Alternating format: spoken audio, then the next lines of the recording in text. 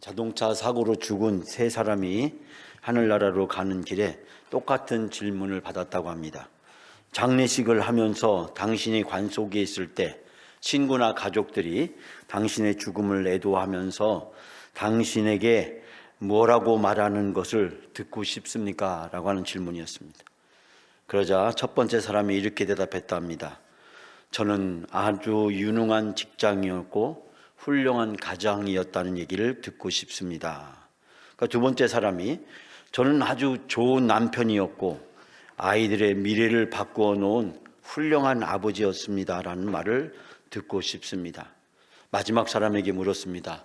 당신은 어떤 말을 듣고 싶습니다.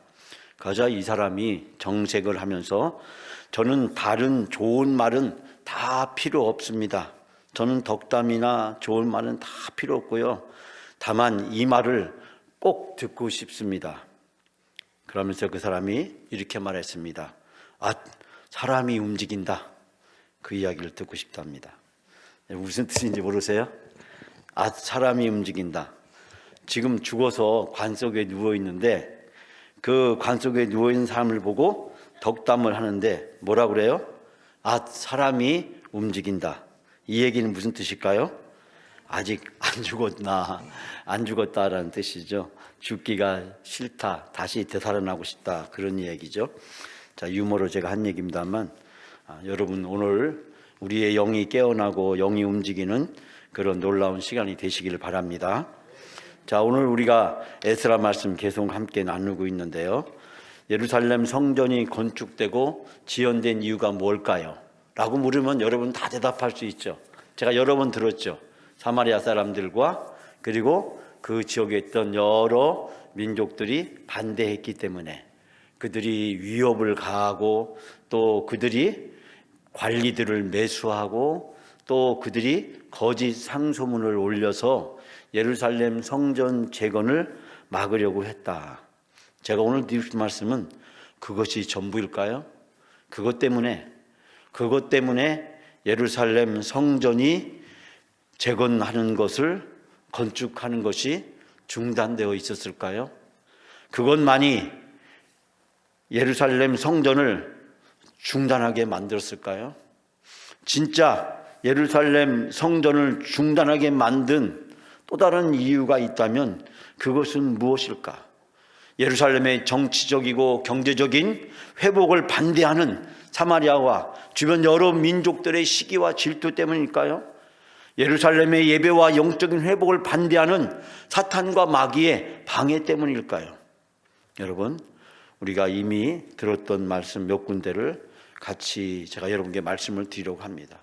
여러분 차서 읽진 않겠습니다만 에스라 4장 7절에서 10절 말씀에 보면 아닥사스다 왕 때 비슬람과 미르드닷과 다부엘과 그의 동료들 바사왕 아닥사성에 글을 올렸으니 그러면서 방백 르옴과 서기감 심세와 아닥사성 왕에게 예루살렘의 백성을 고발한 그들이 그 글에 아락 사람, 바벨론 사람, 수산 사람, 대 사람, 알람 사람 여러 민족들이 여러 주변에 있는 세력들이 이 예루살렘을 고발했다라고 이야기하고 있습니다. 여러분, 사탄과 마귀의 조종을 받은 이들이 사마리아인들과 더불어서 위협하고 관리를 매수하고 반란을 일으킨다는 상소문을 올려서 성전을 재건을 못하게 막았습니다. 그러나 여기에보다도 더 중요한 내적인 이유가 있다는 사실을 발견하게 됩니다. 외적인 어떤 위협, 외적인 어떤 도전, 외부에서 오는 고난, 그거 못지않게 중요한 내적인 이유가 바로 이 남은 자들에게 있었다라고 하는 사실입니다. 학개 선지자는 이 바벨론부터 귀환한 새로운 공동체가 가장 중요한, 가장 우선적인 하나님의 그들을 이 예루살렘으로 다시 보내신 그 비전을 상실했기 때문이다 라고 이야기를 합니다. 바로 그것 때문에 그들은 사명을 감당하지 못했고 그리고 성전을 건축하는 일은 소홀히 하게 되었고 그들은 더 어려운 상황에 직면하게 되었다라고 이야기합니다. 지난 8월 말에 여러분과 학교에서 말씀을 나눌 때 함께 나눴던 말씀이었습니다. 학교에서 1장 4절부터 쭉 이하에 보게 되면 이 성전이 황폐하거늘 너희가 이때에 반벽한 집에 거주하는 것이 옳으냐? 너희가 많이 뿌릴수록 수확이 적으며 먹을지라도 배부르지 못하고 마실지라도 흡족하지 못함, 입어도 따뜻하지 못하며 일꾼이 싹을 받아도 그것에 구멍을 뚫어진 전대에 넣음이 되느니라. 이 말씀을 쉽게 번역한 성경을 제가 그때도 소개시켜 드렸는데 다시 한번 환기시켜 드리자면, 성전이 이렇게 무너져 있는데 지금 너희만 잘 꾸민 집에서 살고 있을 때란 말이냐. 너희는 씨앗을 많이 뿌려도 얼마 거두지 못하고 먹어도 배부르지 못하고 마셔도 만족하지 못하고 입어도 따뜻하지 못하고 품꾼이 품삯을 받아도 구멍난 주머니에 돈을 넣음이 되었느니라. 너희가 오늘날 어려움을 겪게 되는 이유가 무엇 때문인 줄 아느냐? 너희가 지금 형편이 어려운 이유가 무엇 때문인 줄 아느냐?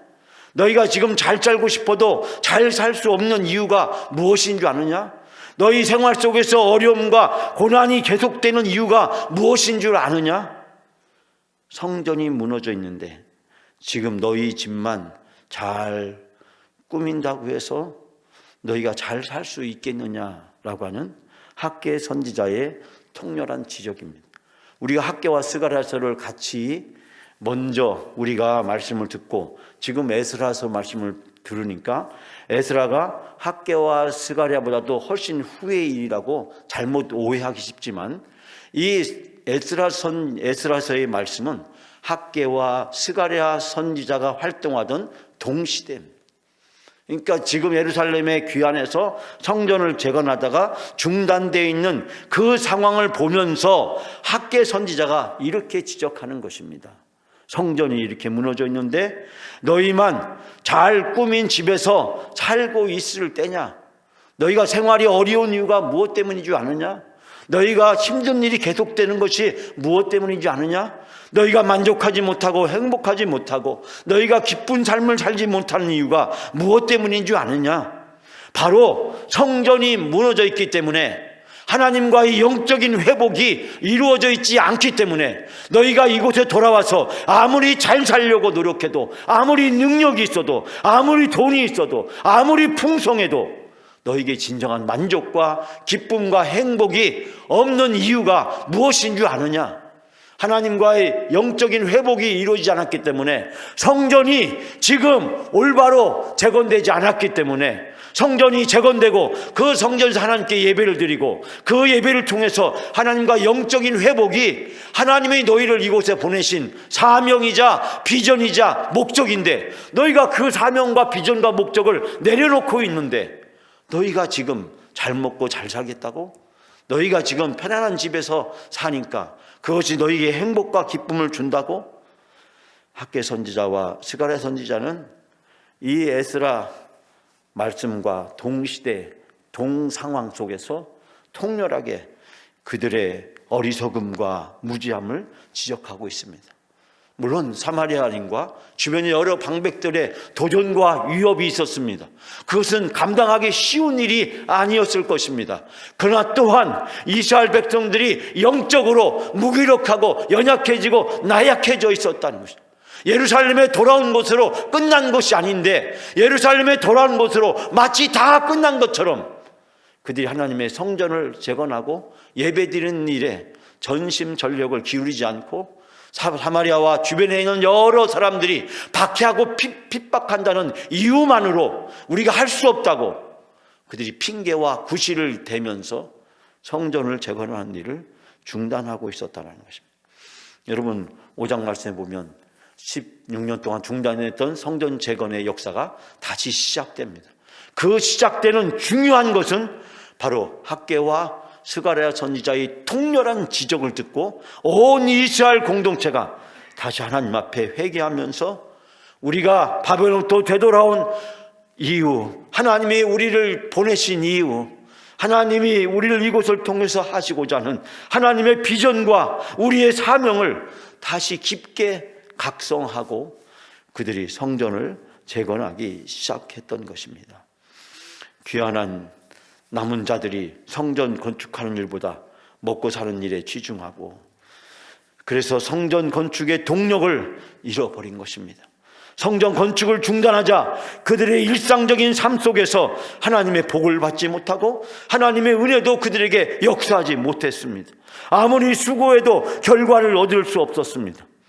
학개의 선지자 스가랴 선지자는 성전을 건축하고 예배를 회복해야, 영적으로 회복이 되어야 진정한 하나님의 축복을 누릴 수 있다라고 말씀하고 있습니다. 우리가 스가랴 선지자를 통해서, 스가랴 선지자가 8가지 환상을 통해서 이스라엘 백성들에게 끊임없이 영적으로 깨어날 것과 각성할 것과 다시 하나님의 이 비전을 붙들고 이 어려움 속에서도 그 비전을 붙들고 나갈 것을 격려하고 독려했다는 사실을 우리가 9월달 스가랴서에 주신 말씀을 통해서 함께 나누었습니다. 여러분 기억하실지 모르겠습니다. 스가랴서 2장 4절 말씀에 너는 달려가서 그 소년의 말하여 이르기를 예루살렘은 그 가운데 사람과 가축이 많음으로 성곽이 없는 성읍이 될 것이라. 여러분, 예루살렘 안에 사람과 짐승이 많아져서 예루살렘이 성벽으로 두를 수 없을 만큼 커질 것이다. 하나님의 놀라운 약속이었습니다. 하나님이 이스라엘 백성이 영적으로 회복되어질 때 하나님은 이 예루살렘에게 놀라운 은혜와 축복을 베풀어 주시겠다. 예루살렘 안에 사람과 짐승이 너무 많아져서 예루살렘 성벽으로 들을 수 없을 정도로 커질 것이다. 그리고 하나님은 불성곽으로 이 예루살렘을 저 이방으로부터, 원수들로부터, 대적들로부터 보호해 주시고 지켜 주실 것이다. 그러므로 우리가 이 예루살렘에서 저 원수와 대적과 사탄과 마귀와의 싸움에서 승리하고 우리를 지키고 보호할 수 있는 것은 전적으로 하나님께 달려있는 것이지, 우리가 성곽을 잘 건축한다고 좋은 군대와 군사력과 그리고 훌륭한 지도자를 가지고 있다고 우리가 적으로부터 우리를 보호할 수 있는 것도 아니고, 우리가 열심히 일하고 열심히 노력하고 열심히 경영하고 지혜와 자본과 모든 것들을 적절하게 잘 활용하면 우리가 풍성한 축복과 불의를 누릴 수 있는 것이 아니다. 행복은, 축복은 전적으로 하나님께 달려있고 그 모든 것은 하나님과 영적 부흥에 달려있다라고 하는 말씀이었습니다. 여러분, 바벨론 포로부터 돌아온 남은 자들이 예루살렘에 왔을 때 정말 여러 가지로 힘들고 어려웠습니다. 돌아온 길도 쉬운 일이 아니었고 성벽과 성전을 재건하는 일이 쉽지 않은 일이었습니다. 집을 짓고 먹고 사는 일도 결단코 쉬운 일이 아니었을 것입니다. 어쩌면 그들의 마음속에 주마등처럼 저 바벨론에 그냥 남아있을 걸, 바벨론에 그냥 남아있더라면 우리가 좋은 집에서 좋은 음식과 좋은 옷을 입고 넉넉하고 여유 있는 풍성한 삶을 살 수 있었을 텐데 왜 이 먼 데까지 이 고생을 하면서 와야 되고 이곳에 와서도 이렇게 어렵고 힘든 일을 겪어야 될까?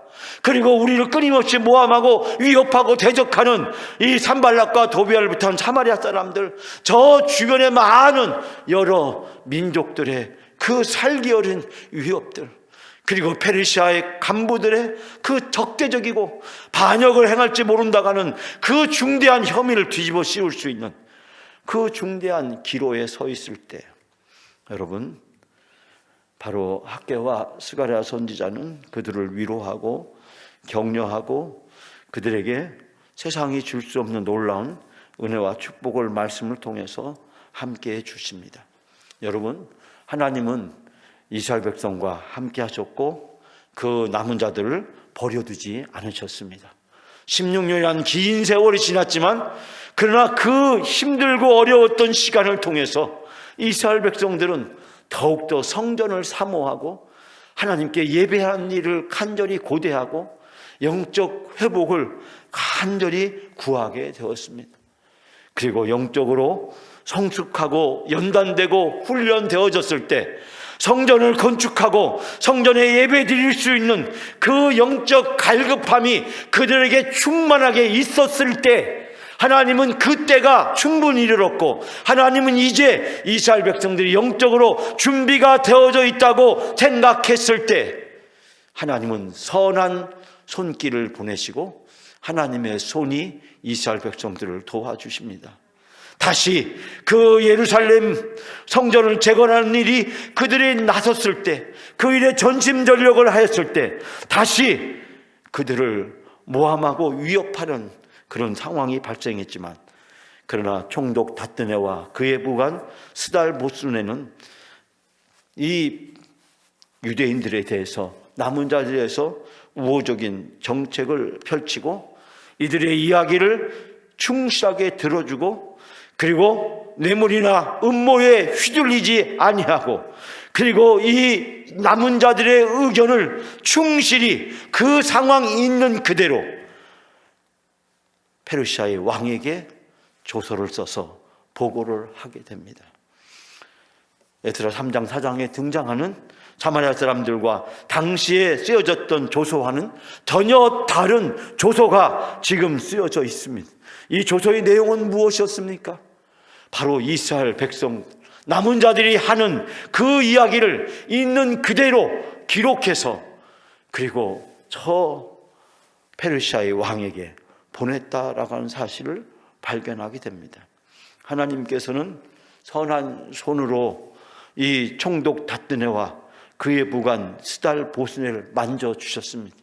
하나님은 다니엘의 기도를 들어주시고, 다니엘을 통해서 하나님은 바로 고레스 왕을 감동시키고, 고레스 왕을 감동시켰을 뿐만 아니라 이 바벨론에서 예루살렘으로 되돌아갈 수 있도록 남은 자들을 감동시켜 주시고, 그리고 온 바벨론 제국의 여러 이방인들을 감동시켜서 남은 자들이 예루살렘에 되돌아갈 수 있도록, 그리고 예루살렘에서 성전을 재건하려는 그 작업을 시작할 수 있도록 하나님이 만져주시고, 하나님이 개입해 주시고, 하나님이 역사해 주셨던 것처럼, 하나님은 다시 다뜨네를 만져주시고 스달보스네를 만져주셔서, 그들이 이방인이지만 하나님을 알지 못하는 자들이지만, 그러나 그들의 입에서 그들이 왕에게 올린 조서에서 하나님에 대한 믿음과 신앙이 듬뿍 담겨져 있는 것처럼, 마치 고레스의 칙령에서 다니엘의 기도와 다니엘의 신앙과 다니엘의 마음이 듬뿍 담겨져 있는 것처럼, 우리는 오늘 이 조서의 내용에서 마치 유대인이 쓴 것처럼, 남은 자들이 쓴 것처럼, 학계나 스가랴나 아니면 선지자가 쓴 것 같은 그런 감동적인 신앙의 고백의 내용이 이 조서 속에 담겨져 있는 것을 발견하게 됩니다. 사랑하는 여러분, 에스라와 느헤미야에 자주 등장하는 말씀이 있습니다. 우리가 찾아서 읽지 않겠습니다만 7장 6절 말씀에 보면, 그의 하나님 여호와의 도우심을 입음으로 왕에게 구하는 것을 다 받은 자더라. 하나님 여호와의 도우심을 입음으로, 에스라 7장 9절에 보면 하나님의 선한 손길이 도우심을 입어서 다섯째 날 초하루에 에스라가 예루살렘에 이르렀다. 하나님의 선한 손에 도우심을 입으심으로, 에스라 7장 28절 말씀에 보면 모든 방백들 앞에서 은혜를 입게 하셨도다. 내 하나님 여호와의 손이 내 위에 있으므로 내가 힘을 얻어서 이스라엘의 우두머리를 모아 나와 함께 올라오게 하였노라. 에스라의 고백입니다. 하나님이 은혜를 입게 해주셨고 하나님의 손이 내 위에 있었다. 에스라 8장 18절에 우리 하나님의 선한 손이 도우심을 입고 그들이 이스라엘 손자 레위 자손 그리고 여러 사람을 데리고 나왔다라고 말씀하고 있습니다. 또 에스라 8장 22절에 보면 우리 하나님의 손은 자기를 찾는 모든 자들에게 선을 베푸시고, 에스라 8장 32절에 보면 우리 하나님의 손이 우리를 도우사 대적과 길에서 매복한 자의 손에서 건지신지라. 사랑하는 여러분, 하나님의 손이 도왔다라는 것을 에스라 선지자는 반복해서 그리고 수시로 고백하고 있는 것을 보게 됩니다. 남은 자에게 하나님의 손이 함께 하시고, 남은 자에게 하나님의 손이 남은 자들을 도와주시고, 남은 자들이 그 사명을 감당할 수 있도록, 하나님의 비전을 감당할 수 있도록 역사해 주시는 줄 믿습니다. 하나님의 선한 손이 우리 영광교회와 함께하고, 우리 영광교회 모든 성도들과 함께하고, 우리 영광교회 모든 남은 자들을 도와주시고 힘주시고 위로해 주시고 격려해 주시고, 모든 사명을 감당할 수 있도록 하나님이 능력과 은혜를 부어 주실 줄 믿습니다. 하나님의 선한 손이 우리 교회와 함께 하셔서 이 코로나의 어려움으로부터, 그리고 이 영적 전쟁으로부터 우리 자신들이 하나님의 사명을, 하나님의 비전을 감당할 수 있을 때, 그 믿음을 갖추게 될 때까지 하나님은 우리를 훈련시켜 주실 줄 믿습니다. 하나님은 우리 교회가 일어나고 있는 이 모든 상황을 통해서, 저 사탄과 마귀들의 그 모든 악한 행위들을 통해서 하나님은 우리들을 훈련시키시고 우리를 연단하시고 우리 교회를 통해서 하시고자 하는 하나님의 비전을 감당할 수 있는 믿음으로, 그 믿음을 가진 남은 자로 하나님이 우리를 영적으로 성장시켜 주시고 우리를 훈련시켜 주시고, 또 이 모든 훈련과 이 모든 어려움을 감당할 수 있도록 하나님의 선한 손이 여러분을 도와주실 줄 믿습니다.